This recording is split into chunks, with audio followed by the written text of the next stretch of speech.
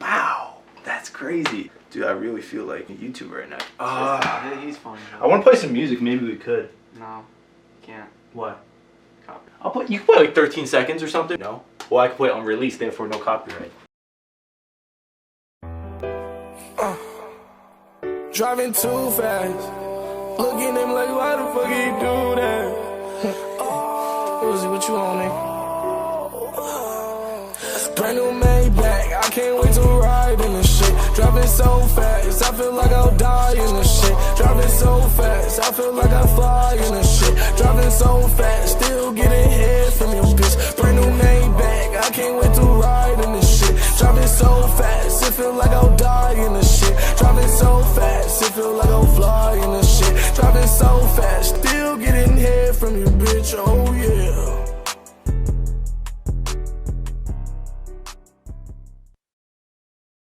Alright, what's goody? My name's TJ. We're doing this. I've wanted to do this for a long time, make a channel, put myself out there. Never got to it until now. And what better time than now? We're all stuck inside. Yeah, so I don't want to just talk about me, but I kind of have to. I don't know, let me start. Things about me. My name's TJ Salta. I'm 19 years old. I'm a professional magician and mentalist. I'm at Quinnipiac University. I'm from Connecticut. I wanted to kind of talk about my whole journey throughout my career, living every day doing what I do. So where it all started, I'm just gonna say it. I did not always like magic. In fact, I thought it was cheesy, and I still think it is. A lot of the time at its very core, it's something that's silly and something that is the art of tricking someone. And so I really didn't get into it until I was about 14 or 15. My passion for it started freshman year of high school. I knew a couple tricks. My grandfather taught me one. It was with a ring. He would make it jump between your fingers, jump between his two fingers back and forth without taking it off or crossing his fingers. And I was like, that's impossible. I'd say, Poppy, how did you do that? And he always had the same answer, magic. I was like 6. I was like, stop playing with me, bro. Magic is not real. Tell me you did that. But yeah, so that's the first trick I learned, and I kind of got into it. I would go online, and the minute I would see anything that required like sleight of hand that was like difficult, I'd be like, no, that's I don't want to do that. No way. I mean, like, what? People can't even see what I'm doing and appreciate it, so why am I going to put in that work? Back to what I was saying, freshman year of high school is when I finally kind of knew a couple tricks that were above average. I knew some sleight of hand, like you guys probably remember, whether you're in college or high school or whatever. When you were a freshman, the number one thing that you would be put up to do is go through icebreakers. They're my least favorite until I had something to show. And still, I didn't want to be that guy that was like, okay, look, I can do magic. That wasn't me.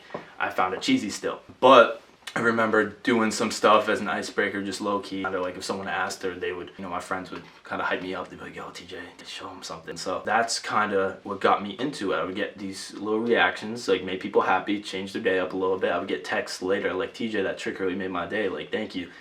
And I'd be like, yeah, no problem.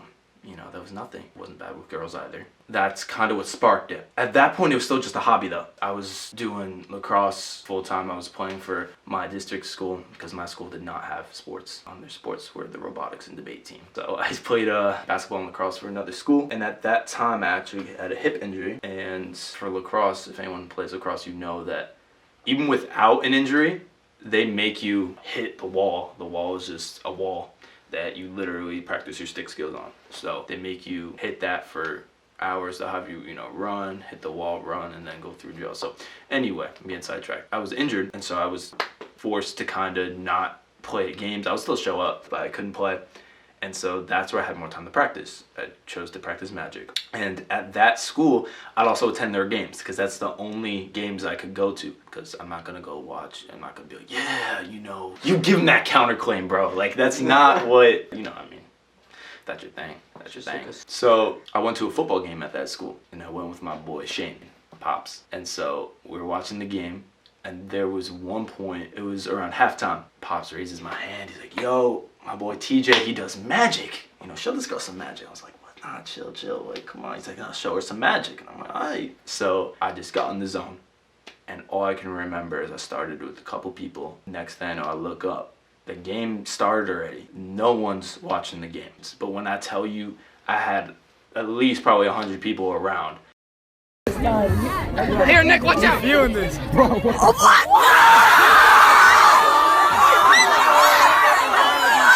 It was just that energy, and that school had a lot of energy and spirit. So they just started chanting my name, TJ, TJ. I was like, oh my God, what? You know, that's crazy. I'm the quarterback right now. That's insane. And so that moment, I cannot put into words the rush and the feeling I felt. It was more than just enjoying the attention. It was more of like, wow, I need to do this. Like, I cannot imagine myself doing anything but this. And so that's when I made the transition. After that year was over, I didn't go back to lacrosse. I had to choose. And it was tough. I loved lacrosse. I was looking to go to college for it too. At that point, you have to choose one or the other.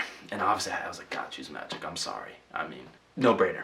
That's when I was at the age now, I was like 15. That's where people could start getting jobs. And I want to save up for a car too. Like, I was like, I need a car, I need to start working. I applied to like some places in the area. That's really what I did not want to do though. I was like, how can I do this, right? How can I make money doing magic? I started just going to certain places and be like, hey, give me a chance. I know it sounds weird. I know you're a restaurant, I know you're, you know, a bowling place. I went to different places and I would just ask to show the manager a trick. And a lot of them loved it, but they're like, listen, how old are you? I was like 15. They're like, nah, like, we serve alcohol here. You need to be at least 18, 21. And, you know, I went to other chains, and one of them loved it, Bertucci's. I remember I went in. It was a little awkward. I saw the woman was on her break, and she was just eating that fettuccine, you know what I mean? It was fire. And so I went up, and I said, listen, I know this is, you probably never got this before, but it looks like you're enjoying that. Do you mind me showing you something? And so they loved it, but at the end of the day, because they were a franchise, if one Bertucci has a magician, they all have to have it. So I was like, okay, you know what? But that's when I was like, okay, I got it. You know what I mean? I have what it takes. I just need to find something. So that's when I resorted to my last idea. This was it. If I didn't get it, I didn't know what I would do. So a man by the name of Al DeGuido, amazing man, beyond words. I can go on and make a whole nother video about him. But he has a charity called Al's Angels, and it's dedicated to helping children and families in need. And he, at that time, just recently pursued one of his passions, which was actually opening ice cream shops. But he had a shop in the town over. And so I knew him, so I went in. So my idea in my head was like, I just want to perform and get myself out there. I don't care if I get paid right now. I just want to print my business cards and perform for people and potentially get some customers. I went to Al, I performed a few tricks for him, it went well. And I said, listen, do you mind whether you want it Friday nights, Saturday nights, one night a week? Do you mind me coming here? I will perform free of charge. Any tips I get, I will give to your charity. Can I just get myself out there? And obviously, you know, I'm young, I'm a kid, he wants to help. He's gonna say yes, like, oh my God, yes, this is it. Vegas, here I come. I started performing there every Friday night, set my little table. Right there, it's still there.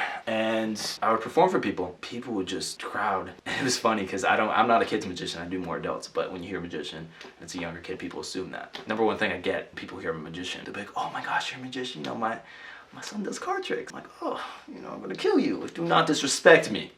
I would end up actually performing more for the parents. Like, the kids be watching, the parent would go, Billy, get out of here, bro. So people would start seeing that, and soon enough, gigs came. My first gig was a flop. It only lasted probably 5 minutes. My first gig was more of an inside connection. I was doing a favor for a friend. I don't even remember if I did it free of charge, but someone asked me, and it was a 5 or 6 year old party. And I remember having a kid pick a card, and never do card tricks for little kids. It does not work, trust me.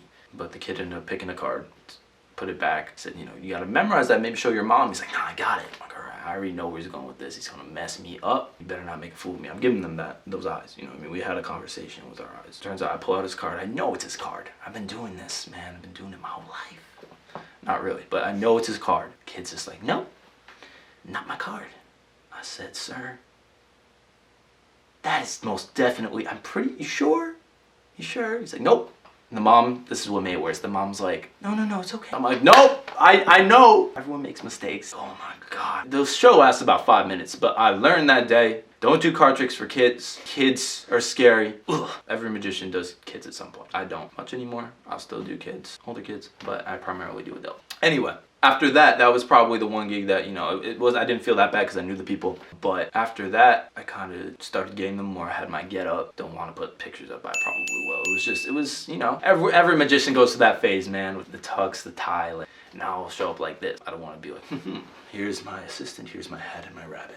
So yeah, the gig started. And so after about a year doing that, I made some dough through my school. I know I talk about the debate team a lot. But it was more than that. Through my school, I made a lot of connections, even though it may not have sports and may have not been as crazy as the other school. Everything played a part. In that school, I kind of started earning a name for myself, Magic Man. And so at one time, my mom comes up to me. She's like, TJ, I got an email from all the parents. There's a Connecticut's Got Talent. I'm like, what do you mean, Connecticut's Got Talent? What is this? Connecticut?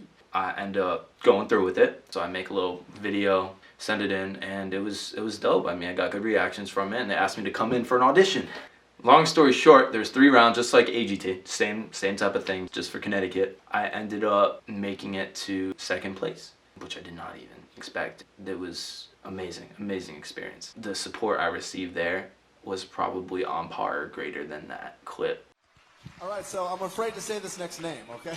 TJ Salta.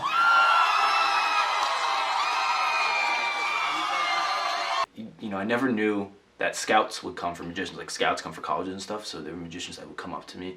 Some of them looked a little sus, like they would look like what you thought. Some were cool, you know, some actually wore that magician hat like out, I guess. But some of them came up and he's like, come here, he hands me a card. He's like, call me. And his card had like a phone number. I was like, nah, trash that. That's a little sus, not trying to get kidnapped. After that, for a while, I had a break. I didn't do any public performances. I do close-up magic. If I didn't mention, I do close-up magic, mentalism. About probably a year passes. I made connections with the host of Connecticut's Got Talent, Billy Blanks Jr.